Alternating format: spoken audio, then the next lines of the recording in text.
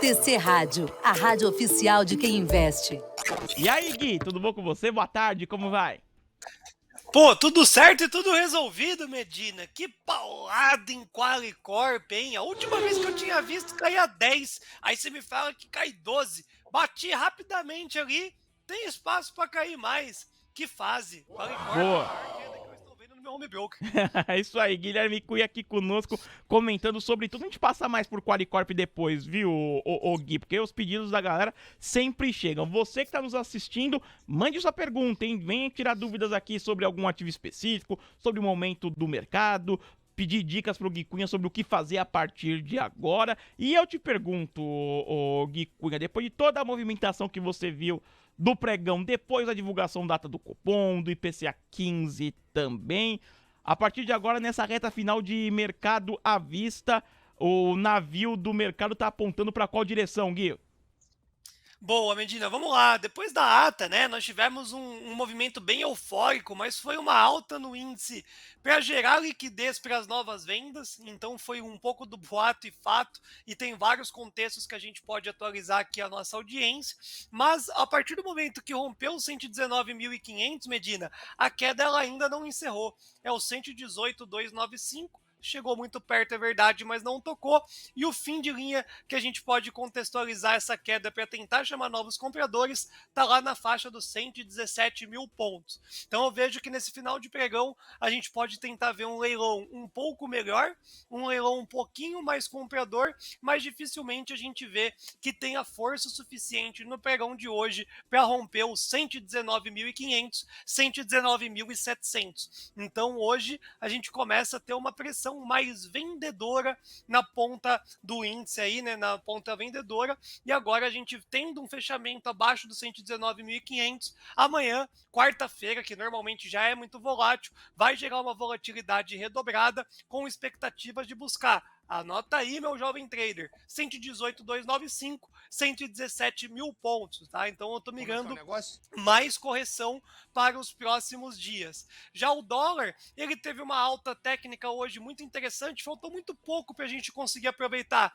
tanto a compra como também a venda. Então nós pegamos boa parte desse movimento aí, boa parte não, né? A gente entrou mais pesado no começo do dia na ponta compradora e fez um saldo financeiro até que legalzinho ali com a galera do TC, e agora a gente estava esperando 4.812 para poder iniciar uma ponta vendedora para o intraday. Só que o mercado congestionou, tá de ladinho, mas com uma cara que amanhã possa ir testar esse 4812, 4834, que é o objetivo dessa alta técnica. O que veio acontecer no dólar, principalmente, né? Ele tem ali o 4750 como uma ponta compradora muito forte, tem a rolagem do contrato, e a gente começa a falar que está mais do que carimbado agora, pelo menos 0,25 de queda de juros em agosto. Então o mercado deu uma adequada aí no preço do câmbio hoje e provavelmente amanhã continue bem forte esse dólar. Maravilha, ô Gui Cunha. Você disse hoje de manhã, mas para audiência rotativa, né, ô Gui, para você carimbou os 25 pontos base na reunião de agosto do Copom, na próxima. Isso significa o que exatamente, pensando no investidor que quer saber onde alocar, o Gui, com base nessa história? Porque hoje a gente observa até uma realização do Ibovespa. O mercado sempre antecipando, né, Gui? Sempre antecipando. A partir de agora, no que o mercado vai tentar antecipar, Gui? Eu quero estar errado, viu, Medina? Mas eu vejo que o cenário mais inteligente que nós podemos ter na parte de alocação é esperar algumas confirmações, que a gente não tem ainda, e muita gente fica brava com o Guilherme Cunha. Eu vejo que o ano é lateral. E a gente só vai começar a ter oportunidades mais claras lá para meados de setembro, depois que nós tivermos os balanços trimestrais bem pontuados e também estarmos flagrando rompimentos de pontos interessantes no índice futuro. A queda de 0,25 em agosto é péssimo. Não é um cenário, que legal, vai cair a taxa de juros, caiu 0,25, vamos comprar a bolsa porque agora iniciou o ciclo de queda. Não, nós estamos falando de meio, né, por cento. Então, o comunicado foi muito ruim do Banco Central, teve uma ratificação na data de hoje, né, colocando agosto ali como uma grande possibilidade, só que o IPCA veio bem acima do esperado, né? Então o IPCA não veio confortável, o IPCA era 0,1 consenso, veio 0,4, então deu uma azedada, cair 0,25 já tem muita coisa no preço, então essa é a grande leitura que a gente pode trazer para o nosso ouvinte. Não alocaria nada frente à decisão do Copom, tanto que veio boato e fato, o 0,25 não é uma situação interessante para o mercado por hora. Boa, Gui. Nesse momento, Ibovespa em 117.057 pontos, caindo 1%, sendo pressionado agora Petrobras com mais força, depois Eletrobras e Itaú, e o dólar agora avançando 0,72%, R$ 4,804. Estamos traçando todas essas expectativas aqui para você no Expresso da Tarde com o Guilherme Cunha. Você manda a sua mensagem, você tira a sua dúvida também. Ô Camila, vamos trazer os nossos ouvintes para conversa? Então, já tá separando as perguntas que chegam por ordem de chegada. Manda bala aí, Camila. Vamos lá então, porque o papel mais pedido hoje na Station, no YouTube, em tudo, até no WhatsApp, eu vou trazer então uma mensagem só, que é a do Sidney para compilar todos os pedidos, porque ele quer saber por que JBF e BIF sobem tanto e por que Marfrig cai nesse movimento. Hoje não é terra de ninguém, né? Hoje você vai ver, por exemplo, setores com bastante distorção. Realmente chama mais atenção a respeito dos frigoríficos, porque tem noticiário na China que faz uma euforia no setor, mas era uma readequação de preço. Então você pode ver que JBS anunciou dividendo, fez tudo para poder subir e agora consegue tracionar alguma coisa positiva. BIF 3 foi o único frigorífico que entregou resultado positivo no primeiro trimestre, e aí Marfrig e BRF tendem a ficar um pouquinho mais de ladinho, pelo menos no pregão de hoje, que é um pregão de mais de correção, não aproveitando o noticiário corporativo. Mas continua sendo, né, a JBS ainda muito fragilizada no que diz respeito à qualidade de balanço, tem que mostrar no segundo trimestre que fez a justificar um movimento de alta, senão só está pagando dividendo para poder atrair um determinado específico tipo de investidor. O único papel que poderia estar subindo e faz sentido é BIF3, porque ela entregou o resultado ali de um jeito mais interessante, e esse noticiário da China faz com que o mercado venha bonificar esse movimento. Olha o volumão ali, ó, que aconteceu também. Faz todo sentido a gente estar contemplando um cenário mais altista desde o contexto da notícia até então. Agora, Marfrig e também BRF vai ficar de lado. Eu estou acumulando Marfrig, eu decidi também, pela qualidade das perspectivas futuras, comprar Marfrig ao invés das outras frigoríficos, e hoje fica de lado. Não é que está caindo, né? Tá andando de lado, e já não cair agressivamente num dia como hoje já é um cenário, inclusive, positivo. Pois é, ô Gui, e aí o dólar em alta acaba também ajudando esse setor, não é? Sim, exatamente. Mas bagunça, né? Porque a gente sabe que não é consistente, é muito pelo lance do contexto do dia de hoje, mas também uma expectativa da rolagem do contrato na sexta. Então o dólar bagunça, na verdade, o cenário de cotação para essa semana na companhia. A gente tem aí uma previsibilidade de um dólar ficar um pouquinho mais forte até a rolagem, e tem até o 4,888 para poder ainda estressar esse câmbio depois que deu essa reviravolta no pregão de hoje. Boa, Gui. Tô vendo aqui no WhatsApp que o Cristiano Rocha, ele trouxe uma pergunta um pouquinho diferente do que a gente vê aqui normalmente. Ele falou que Magazine Luiza recebeu, em 10 de junho, 850 milhões de venda de seguros. Aí ele perguntou, por causa dessa receita que o balanço do segundo trimestre não foi positivo? Segundo semestre, eu acho que ele quis dizer. Não será positivo? Porque o segundo... Na verdade, não vai ser positivo pelo consumo, né? A gente vem flagrando cada vez mais noticiário das pessoas se endividando e buscando meios de alternativa de consumo. E isso foi muito provado no balanço do primeiro trimestre. Essa informação que o nosso ouvinte nos traz, a ser confirmada, né? Eu não detenho essa informação, é positivo, né? É um recebimento de receita que vai entrar numa ponta mais inteligente no balanço, convertendo aí para um cenário mais positivo no cenário do segundo trimestre. Magazine Luiza, se entregar R$1 de lucro é sucesso. É o que a gente já veio falando desde o trimestre anterior, porque está colocado muito em xeque a sustentabilidade dos balanços trimestrais dessas empresas. Mas não é por esse cenário do seguro, muito pelo contrário, se for um recebimento de fato, esse noticiário se confirmar, é bem positivo, inclusive, para a companhia Magazine Luiza. Boa, Gui. Lá no YouTube, o Marcos, ele quer saber para onde vai Banco do Brasil, Gui. Para onde vai o Banco do Brasil? A pergunta de bilhões, eu falo que está no preço, tá? Então, quando a gente começa agora a identificar quedas em Banco do Brasil, é oportunidade para quem é investidor, para trader tem ainda uma perspectiva de espaço de queda mais agressiva. Agora, tudo acima dos R$ 50 ficou chato para o Banco do Brasil, né? Que teve ali um grande destaque do setor financeiro bancário, é o bancão que mais tranquilamente subiu, muito certamente puxado pelo contexto do agronegócio. Agora ele tende a descansar.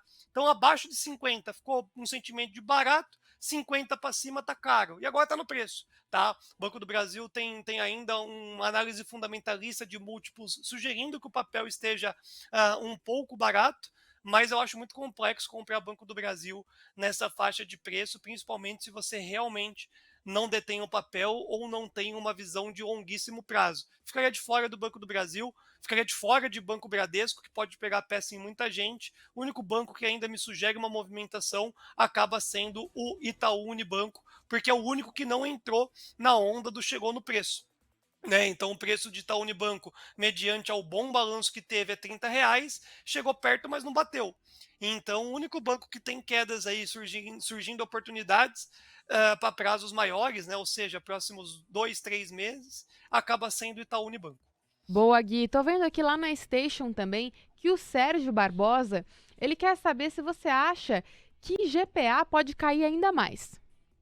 Pode sim, porque o cenário tem muito noticiário corporativo trazido em cima da companhia, tem muita gente gerando uma expectativa de tentar pegar uma oportunidade e fazer money, mas rompeu um suporte. Tá? Rompeu um suporte extremamente relevante, são 2 dias de queda um pouco mais acentuada, só vejo oportunidade, nem que seja para especular mediante a todo o noticiário corporativo, lá na faixa dos R$ 14.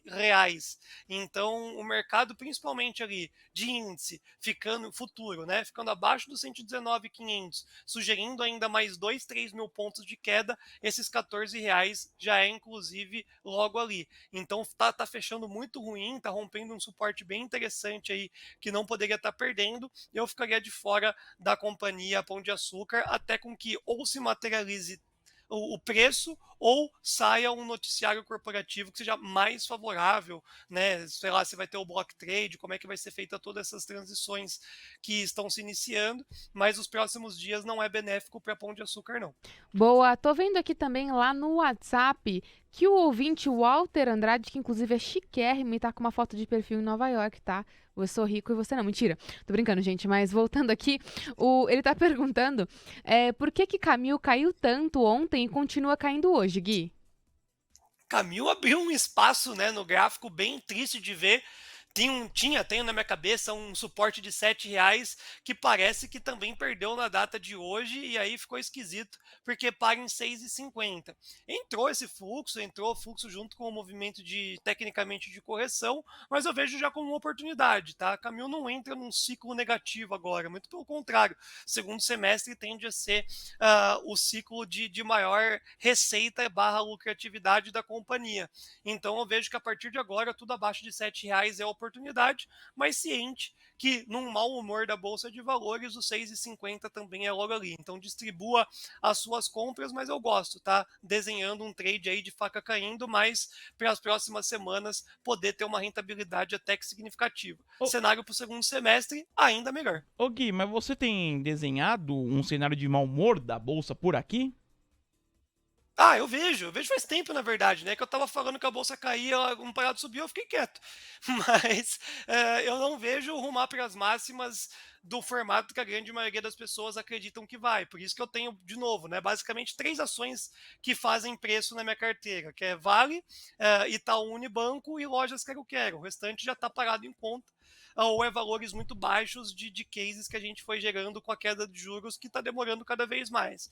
Então eu não acredito que vai buscar as máximas de um formato linha reta, não vejo que o gráfico vai colocar todo esse cenário que a gente está vivenciando externo, principalmente, né, que é uma azia muito grande. Imagina só se o PCI na sexta vem ruim, aonde vai acontecer lá no S&P, que também está esticado e contamina aqui a nossa bolsa. Então eu vejo que a tendência é de alta, isso é claro, qualquer um consegue ver, mas eu vejo que não é hora de comprar. Eu vejo que a hora de comprar vai ser realmente quando atingir aquele fechamento daquele gap do 118, 200 e pouquinho, 116 dá para colocar um pezinho nessa movimentação de uma compra para formar uma carteira, né, e buscar uma rentabilidade mais interessante no final do ano. Então não estou para comprar ação não, e esse, por exemplo, esse case de Camil, eu colocaria uma participação muito pequena do meu patrimônio para poder deter outra compra lá no 6,50 e ter uma exposição no setor que me deixe confortável. Mas eu não vejo aí que venha a ser a melhor time de comprar a bolsa agora de jeito nenhum.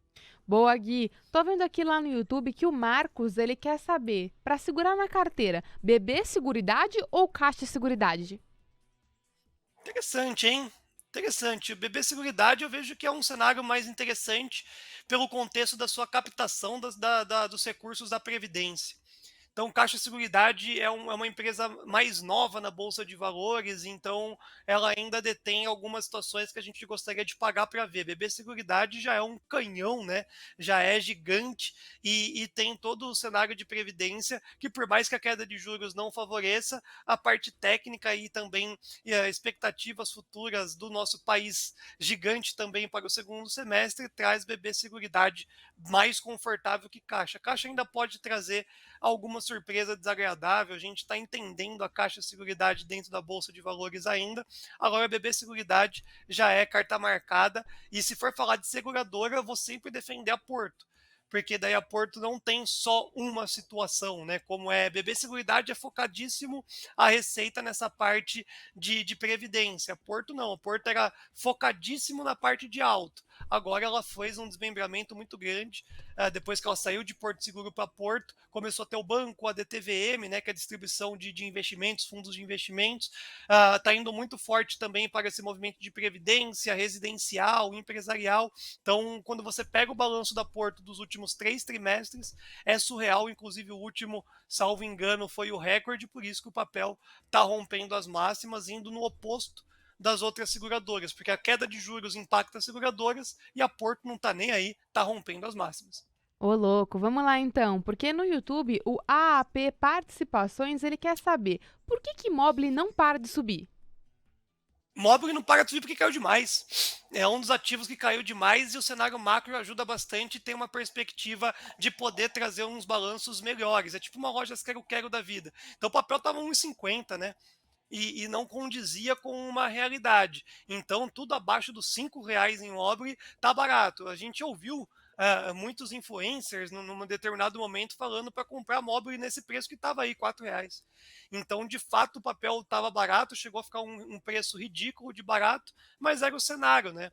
O cenário não favorecia a companhia de jeito nenhum, então não tinha interesse comprador. Agora que está se desenhando um movimento de queda de juros e a Mobile pode começar a entregar balanços mais interessantes, ficou legal. Mais um ativo aí que não estava muito no meu radar e vou colocar aqui no calendário para ver o balanço. O balanço não vindo catastrófico, é um papel que por mais que tenha saído de 1,50 para 4, pode ir para 4 para 8 nas cenas de 6 meses, um ano. É um papel interessante, só não teve a sorte da macroeconomia socar o papel lá para 1,50.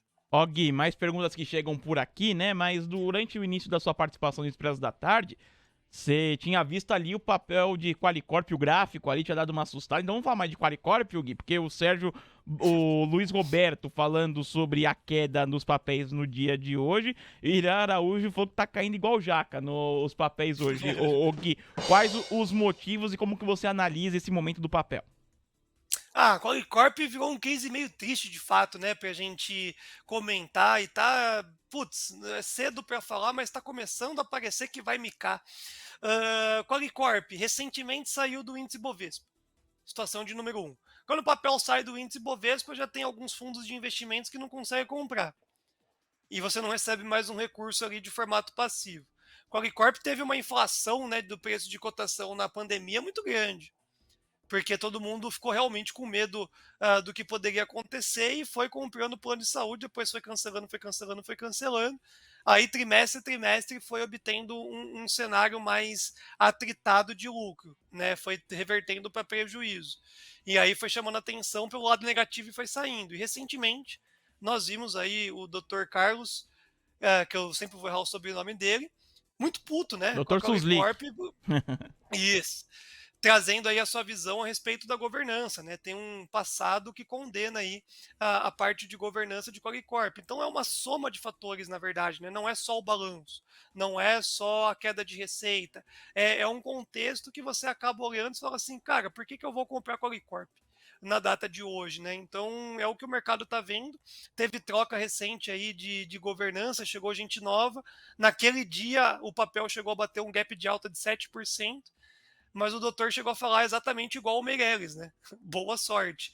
Então, ele vai ter que fazer um trabalho extremamente impecável para o papel voltar a ficar no noticiário corporativo de um jeito mais inteligente, né? De um jeito mais produtivo para chamar comprador. Mas agora, principalmente aí no quadro de cotação do jeito que ficou, se romper os R$4, a gente pode começar a falar que o papel inicia ficar micado. Então está muito mais perto de micar do que voltar lá para os R$7,50, R$8, que sugere algumas casas aqui do nosso país. 3 horas e 54 minutos, já 4 horas, vai ter o ajuste do dólar também, aí o Gui Cunha faz um novo comentário sobre o dolinha pra você. Enquanto isso, vamos trazer mais perguntas, viu, Camis? Na Station também, muita gente mandando e participando por lá, a gente pode passar pela galera que participa dentro da plataforma. Vamos lá, então. O Saulo Magalhães, lá na Station, ele quer saber o que você acha, Gui? Inter, BPAC ou Nubank? Ah, ele falou que é pra entrar agora, viu, Gui? Inter, BPAC... Ou Nubank. Ou qual? Nubank. Nossa, não pode nem misturar tudo isso aí, porque são situações totalmente diferentes. E, sem dúvida, Banco BPAC, BTG Pactual. Pela consolidação e pela entrega dos últimos balanços, o BTG não precisa provar mais nada para ninguém, né? Então, BPAC 11, sensacional, quedas são oportunidades de compra, e o ativo ficando abaixo dos R$35, R$36 esse ano, tem coisa muito errada aí no quadro de cotação. Então, o papel também sai ali dos 18 para os 30 e poucos reais, para os R$30, de um mérito muito grande, né? Foi o lucro recorde aí no primeiro trimestre, quando havia dúvida a respeito do provisionamento de lojas americanas que o banco detinha uma devida participação. Claro que BTG Pactual não vai dobrar, né? Claro não, porque né, a gente nunca pode duvidar, principalmente do BTGzão da massa aí, mas a probabilidade de buscar 60 ela é muito baixa, diferente de um banco Inter que pode dobrar do dia para a noite, porque apanhou demais, mas os fundamentos ainda são muito frágeis, é tudo questão de risco, por isso que não dá nem para comparar um banco com outro. Então, em questão de sustentabilidade, vai de banco BTG Pactual, que você vai obter um upside interessante, juntamente com o pagamento de dividendo no meio do caminho. O BTG está muito forte. Agora, o Banco Inter já saiu de 7 para 14, ou seja, dobrou de 14, tem o alvo lá nos 20 e poucos reais. Mas esses alvos lá nos 25, 23 reais é continuando o bom humor via balanço. Então a gente vai ficar né, enchendo vocês aí com isso, mas se o balanço vier negativo de novo de Banco Inter, volta para perto de 7, cara. Porque tá todo mundo comprando essa expectativa de gerar lucratividade sequencial, melhorar o ROI e por aí vai. A companhia fala isso. Né? Então o Lucas Zulig hoje no horário do almoço trouxe aí que né, o pós-apresentação do balanço, o banco começou a olhar mais sobre o ROI, sobre os dados fundamentalistas, mas cara, o Banco Inter já falou bastante, né? Então ele tem que provar. Então é muito risco aí que você está falando no Banco Inter. E no Nubank eu nunca gostei. Acho que no Nubank começou errado desde do IPO, chegou valendo mais que Itaú. Acho que uma das dores mais que eu tenho na bolsa é ter olhado no Nubank valendo mais que um Itaú no IPO e não ter shorteado aí o papel no seu IPO. Fiquei com medinho, essa é a verdade. E agora a gente tem aí uma governança legal, tem um resultado legal, mas eu vejo que está distorcido ainda, tudo acima de R$5 no Nubank, eu vejo como caro. Então, para responder a pergunta, você não vai ficar rico, mas você vai ter paz e mais dinheiro comprando o BTG Pactual. É verdade. Perfeito, Guilherme Cunha, 3,58. Ô Gui, o Márcio tá perguntando aqui, né, porque hoje durante o início do Expresso da Tarde, a gente trouxe um resumo da cerimônia do Plano Safra, né? O presidente Lula junto com a Luiz e o Mercadante. O Márcio perguntou se as falas do Mercadante pedindo pro BNDES emitir LCA também para ajudar o negócio, se isso ajudou a derrubar a Bolsa ou não. Foi mais um contexto técnico, Gui. Não, é um contexto técnico. Acho que hoje a única justificativa que a gente tem é que é preço. E o mercado se antecipou a uma situação que frustrou. Eu vou tentar recapitular para todo mundo. Agosto vai ter queda de juros, a gente estava discutindo se era 0,25 ou meio numa tranquilidade muito grande. Aí teve o comunicado do Copom falando assim, ó, opa, né, pode ser que eu nem caia em agosto. Aí já gerou uma preocupação, mas a bolsa não caiu, ficou de lado esperando a ata. Aí chega a ata, e a ata é isso, né? A gente ouviu a economista falando que corre algum risco ainda de não cair em agosto. A parte da galera da Faria Lima, trader e alguns gestores já pontuam que cai o 0,25, mas é uma frustração, né? A gente vê que vai começar com 0,25 porque daí tende a cair de escadinha e não gerar a intensidade da compra que nós estávamos vendo na Bolsa de Valores. Então, assim, para a gente começar a falar que vai ter a queda de juros significativa a ponto das pessoas de fato saírem, né? A pessoa física começar a voltar a comprar fundo, comprar bolsa, não é agora em agosto. Então começa a gerar uma movimentação mais técnica. Hoje, todo esse noticiário do Plano Safra e a emissão da LCA é um cenário convencional que tende a ajudar, inclusive, o setor, né? É o maior da história, nunca vai gerar tanto movimento de dinheiro aí. E essas emissões de LCA, alguém tem que comprar. Emitir qualquer um emite, né, Medina? Então, vai para o mercado, se comprar e tem o caixa. Então, não é isso que impacta o mercado na data de hoje, não. 4 em ponto, ô Gui. Vamos falar de novo sobre dólar? Para você trazer também a visão depois do ajuste do dia, contar para o nosso ouvinte até o fim do pregão, porque o dólar vai até às 6. Se dá para fazer algum movimento interessante, é melhor já esperar para amanhã, Gui. Dá sim, Medina. O dólar hoje ele é diferente da data de ontem que estava, né, dormindo, o dólar estava cansado, não estava gerando muita oportunidade aí para o operador. Agora o dólar começa a desenhar um cenário bem inteligente para poder fazer as operações. De que forma, Medina? O dólar está fechando agora o ajuste nessa faixa do 4,795. Né? Então é por aí que o dólar está fechando o ajuste. A operação do dia é se o dólar voltar a subir, não se ele voltar a cair. Porque cair é um cenário base para prazos maiores. Então, se ele subir e ficar acima do 4.808, basicamente a máxima, a gente já tem bastante ponto e um range vendedor. Então, a gente tem que agora, quem quer, né, operar ainda hoje o dólar, tem que esperar cair. Porque se cair, subir. Porque se cair, comprar é ruim. Porque você vai estar contra a tendência mais elevada e eu acho muito difícil amanhã o mercado abrir comprador de dólar antes de testar novamente aquela faixa mais compradora que é entre 4.758 e 4.750. Então, onde que é o filé mignon da compra para amanhã, principalmente? 4.758, 4.750. Repete.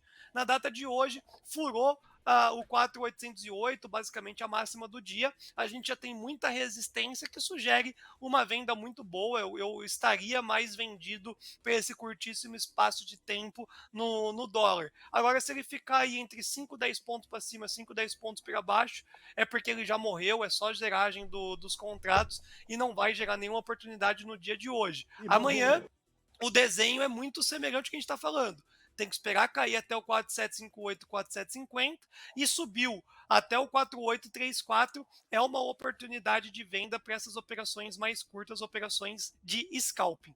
Boa, Gui, comentando bastante sobre o DOT. Se tiver dúvida, manda aqui pra gente que o Gui responde, hein? Ó, tem muita gente falando de infracommerce também, viu, Gui? Tô vendo muita mensagem a respeito de infracommerce que tá derretendo. Vamos passar por ela também, porque ó, o Nelson tá comentando, o Márcio tá dizendo sobre isso, a Arquigrafista também comentando sobre os papéis de infracommerce no dia de hoje. Um recuo forte dos papéis da companhia. Vou colocar aqui também no gráfico pra galera acompanhar com a gente, o Gui. Os papéis recuando mais de 8%. Vou colocar o diário aqui na tela, enquanto você comenta, Gui, a respeito de infracommerce. Mais um recuo no dia de hoje, Gui.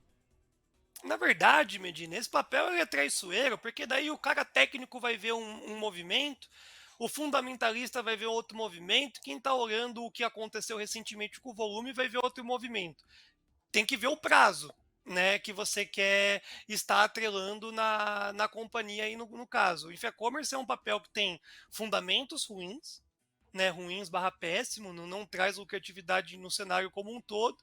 Alguém começou a montar uma posição, então começou a entrar fluxo, a gente entrou junto, e tem 1,80, 1,90 como uma principal defesa antes de buscar os 2,50.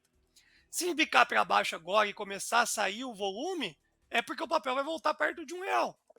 Porque ele não tem nada que vai trazer de fundamento, que vai trazer uma expectativa positiva. O noticiário de hoje é para ser positivo, tanto que ela abriu abrindo 8, ela não cai 8, ela cai 16, né? Porque ela abriu nas máximas lá em 1,82, era uma alta de 8%, agora se está caindo 8%, é como se estivesse caindo 16% dentro do seu auge. Mas é a volatilidade do papel, que subiu 80% no ano. Né? Então, ficar olhando o infracommerce dia após dia, ou você é trader e está pegando a volatilidade, ou se você está montando uma posição para os 2,50, você tem que realmente estabelecer a ordem, sentar e esperar. Porque se você olha no gráfico diário, não mudou nada. Se você botar no semanal, menos ainda, né? Porque o papel obteve uma elevação muito grande e hoje o mercado decidiu botar no bolso. Olha como é que está caindo os papéis, né? Não é um mérito ou um demérito da Infracommerce, não. Acaba sendo do mercado como um todo. Tudo que subiu demais sem sentido está corrigindo. Infracommerce subiu demais sem sentido. Só teve alguém montando posição. Se não tem mais a contraparte, vai cair, não tem o que fazer. Boa, Gui, ó, tem muito ouvinte mandando mensagem. Já a gente passa mais por ouvintes, ô Gui. Mas eu tô vendo aqui no painel Mover Pro uns destaques, Gui, sobre um relatório do Morgan Stanley sobre o setor de energia. Você falou sobre o setor de energia recentemente aqui com a gente. Ó, o Morgan Stanley ele rebaixou a recomendação de Isacetep e Alupar para neutra, de compra para neutra. Tanto, então, Isacetep quanto Alupar, as unidades da Alupar rebaixadas. O Morgan Stanley vê um potencial limitado para a alta das companhias após o rally nos últimos 6 meses, mas manteve o preço-alvo de Alupar, as units, em R$ 31 por ação, enquanto diz a CETEP que rebaixou de R$ 28 para R$ 27 o preço-alvo. De acordo com o Morgan, ele vê uma elevada competição em leilão de transmissão que vai limitar a criação de valor. Manteve também uma visão neutra sobre a Taesa, avalia que as units estão caras e reduziu o preço-alvo da unit de 35 para R$ 34 reais. Também diz que o investimento em transmissão podem gerar 0,2% por ano ao PIB do Brasil. Então teve um rebaixamento aqui no setor de energia, viu, Gui, por parte do Morgan Stanley, tanto para a Isacetep quanto a Alupar e também Taesa. Em Taesa manteve a visão neutra, mas rebaixou o preço-alvo, viu, Gui? Você fala bastante de Taesa aqui com a gente. Sim, a Lupar, vou olhar a primeira Lupar que estava nas máximas, né? Chegando já no preço justo aí da companhia dentro do relatório, e agora ainda está num cenário de congestão, mas é um noticiário péssimo, né? É uma notícia que você nos traz aí em meio aos comentários que não é legal para o comprado. Que eu concordo, né? Subiu demais nos últimos 3 a 6 meses, de um mérito da companhia e todo esse rally também da transmissão que nós tivemos no setor como um todo, mas agora vai começar a adequar alguns preços. Então, quem está comprado, por mais que tenha inclusive uma visão de longo prazo, defende um pouquinho aí o cenário de lucratividade, ou talvez uma parcial no rompimento desse grande suporte, para que você não deixe voltar boa parte desse lucro. Né? Então, com a deflação, com essa queda de inflação que nós estamos tendo, impacta também o setor. Então, no movimento de alta do IPCA, a gente flagrou as companhias do setor de energia ganharem força. Agora que está vindo reduzindo, também é natural que venha a cair um pouco o interesse pelo setor, mas como nós tivemos esse cenário de busca aí da transmissão, né, entre o setor, a gente viu que mesmo o IPCA arrefecendo, as elétricas estavam subindo. A Lupar, se rompeu o suporte, ela vai começar a voltar mais perto das médias ali na região dos R$ 26. Taesa já é um caso um pouquinho mais crítico para curto prazo, porque Taesa ela já teve uma quedinha mais significativa durante o cenário aí desses movimentos que teve alta no setor de energia. O resultado do quarto trimestre é uma memória muito ruim, quarto tri estava uma expectativa muito grande para a Taesa e não correspondeu a essa realidade. E desde então, ó, você pode jogar o ano de 2023, abriu aí na faixa dos 36 e agora está 37. Não é uma realidade de Taesa, que normalmente tem um crescimento mais consistente e numa tendência de alta mais clara.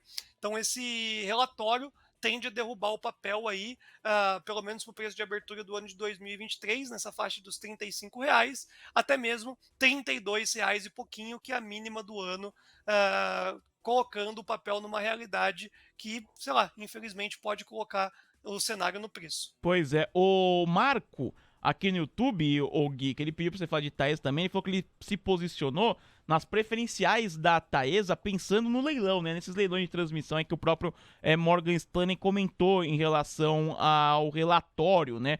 O Morgan divulgou esse relatório agora há pouco, dizendo que esses investimentos podem agregar 0,2% ao ano ao PIB do Brasil. E ele falou que ele se posicionou nas preferenciais de Taesa pensando no leilão. É uma boa, Gui? Porque o cenário das preferenciais já está numa região de venda também, né? Então ele chegou a subir das mínimas dos 10,47, teve ali as suas máximas, o ideal teria saído perto dos R$ 13, e agora embicaria para baixo de um formato natural. Vai voltar para 11,50 esse papel aí também, né? É complicado falar assim, porque parece uma certeza, mas o desenho técnico é uma rasgada ali até a região próximo dos R$ 11,50, tá? Tô olhando um gráfico aí um pouco mais longo, semanal. Tá, por isso que vai caindo de escadinha, mas as expectativas é que chegue nessa faixa de preço. Por quê? Esse leilão, alguém vai ser vencedor, e todo mundo andou em linha reta, né? O setor inteiro entrou numa linha reta, mas não é todo mundo que vai captar todos esses benefícios. Então o mercado vai começar a agir de um formato mais racional no que diz respeito a preço. Dá tempo de mais ouvintes, Camila. Você separou uma aí. Separei sim. Tô vendo aqui que o nosso ouvinte Alfonso Amerlim, ele quer saber a sua análise de raiz 4. Raizen é um papel que está gerando bastante barulho, né, dentro do noticiário corporativo, que é positivo.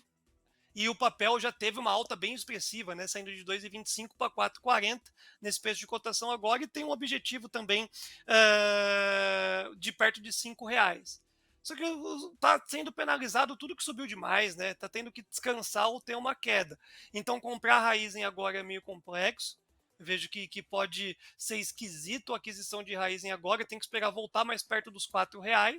E quem está comprado não sairia do papel de jeito nenhum. Só vai protegendo os ganhos para que você não deixe uma lucratividade no bolso caso venha a ocorrer qualquer cenário adverso aí na Bolsa de Valores no curto espaço de tempo. Não é cenário base, mas pode vir a acontecer. Tem muita gente já colocando no preço boa parte do contexto que a gente está flagrando. Então, Raizen voltou para R$ 4, começa a gerar oportunidade para o trader, né? E para investimento, a faixa dos 3,60 é o cenário mais ideal. Porém, Raizen está no lugar certo, na hora certa, com o noticiário corporativo favorecendo, tudo de bom. Força Raizen, que eu acredito que a gente vai flagrar rapidamente os R$ 5.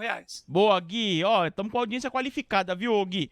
A gente tá falando de Taesa aqui e o Arlindo Souza, na lista do Matrix, acompanha, né, a empresa bem de perto, dizendo aqui no nosso chat da Station, falando que Taesa é caríssima e não tem muito espaço no balanço para alavancar e captar novos ativos. Uma visão mais fundamentalista do Arlindo aqui, tá, gente? Obrigado, viu, Arlindo, pela audiência sempre com a gente. Um abraço pra você. De vez em quando ele sempre tá no almoço de negócio com o Vini Custódio, de vez em quando ele aparece aqui também no Expresso da Tarde, bem bacana. Ó, vamos fazer mais uma perguntinha, hein, pro Guilherme Cunha e depois destaque final do Gui, hein, Camila? Quem você separou?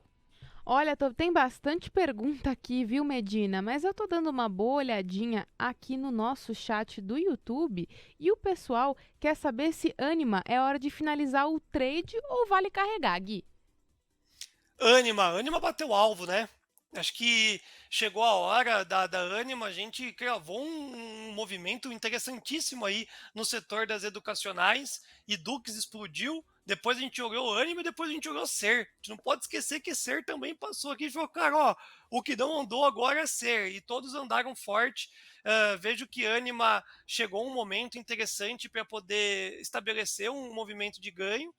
Então todas andaram num formato bem agressivo. Agora é hora de esperar o próximo balanço. Por quê, pessoal? É o setor de educação que a gente veio pautando bastante aqui para vocês na TC Rádio. O primeiro TRI é o mais estratosférico de todos. Rematrícula, chegada de novos alunos, etc. E Dux tem um upside ainda colocado principalmente pelo Goldman Sachs, que veio tudo junto, né? Saiu o curso técnico novo e aí teve o aumento de recomendação pelo Goldman Sachs. Então, Eduque Participações, pode surgir alguma situação melhor do que o esperado no segundo e terceiro trimestre. Agora, tanto o Anima quanto o Ser dificilmente vai trazer um cenário de melhorias no seu balanço que justifiquem um movimento comprador mais elevado. Ela tem que romper os R$ 5, que nem sequer foi tocar ainda, né? Então, para quem acredita que o setor e o papel têm uma projeção legal para esse segundo semestre, junto com o bom ânimo da Bolsa, sensacional, dá para permanecer. Essa queda, inclusive, pode gerar uma oportunidade de compra, mirando os objetivos mais longos lá para R$ 7 e pouquinho. O Anima pode vir a trazer num rally da Bolsa. Eu sou mais cético agora que já teve esse movimento de alta, fico de fora das educacionais totalmente, inclusive a gente ganhou um dinheiro na queda de Dux. Eu só quero olhar o setor de educação depois da apresentação do terceiro TRI. Aí, para o final do ano, a gente pode pegar mais uma pernada no setor. Perfeito, Guilherme Cunha. Ô, Gui, obrigado pela sua participação, hein? Deixa espaço para o seu destaque final aqui com a gente. O último destaque do dia para o nosso investidor que acompanha a TC Rádio. Grande abraço, viu, Gui? Até amanhã. Boa, Medina. Eu que agradeço. Uma participação que eu quero finalizar com varejo. A gente acabou, pela ordem do destino, não falando do varejo, e é um setor que hoje me preocupa bastante. Com tanta melhoria no macro, é um setor que não andou. Atenção para a Via, que já bateu o mínimo em R$ 2,14 na data de hoje. Se perdeu os R$ 2 durante essa semana, vai ficar esquisito demais da conta para quem está comprado na companhia Via. Magazine Luiza não é diferente, tá? É que não cai hoje, né? Magazine Luiza agora acabei de falar, reverteu para 0,59 aí a 3,42. Nós mantemos ainda a Magazine Luiza como um destaque para o setor aí nas cenas dos próximos capítulos, e reiteramos cada vez mais a nossa preocupação em Via, tá? Então, de olho aí no setor de varejo, que hoje, apesar desse mau humor, boato, fato, seja o que for que a gente pode correlacionar, era para estar tracionando uma movimentação compradora ou já ter tido antecipação, e não aconteceu. Via, apesar de ter saído de 1 e pouquinho do limbo para 2 e pouco, ainda assim está muito atrás do esperado do mercado. Pode vir uma surpresa desagradável, de olho em Via. A última, o Gui, não aconteceu, mas deve acontecer ainda na sua visão? O quê? Essa recuperação que você falou no varejo, que você imaginava que viria hoje. O mercado está esperando o que exatamente para o setor? Esse é o X da questão, porque se a gente tem o boato e fato e os small caps também estão caindo, a gente pode justificar o porquê que Via está caindo junto com esse cenário de melhoria do macro. Mas o porquê que não andou nas mesmas intensidades que nós poderíamos flagrar, que era lá para a faixa dos 3 e pouquinho, R$ 4. Então, os objetivos de Via, numa queda de DI para onde ele foi, então, de novo, o que a gente faz no Morning Call? Correlaciona o DI futuro, aonde deveria estar o índice Small Caps, aonde deveria estar as grandes maioria das Small Caps, e Via. E Magazine Luiza. Magazine Luiza chegou a bater os 4,50 para decepcionar.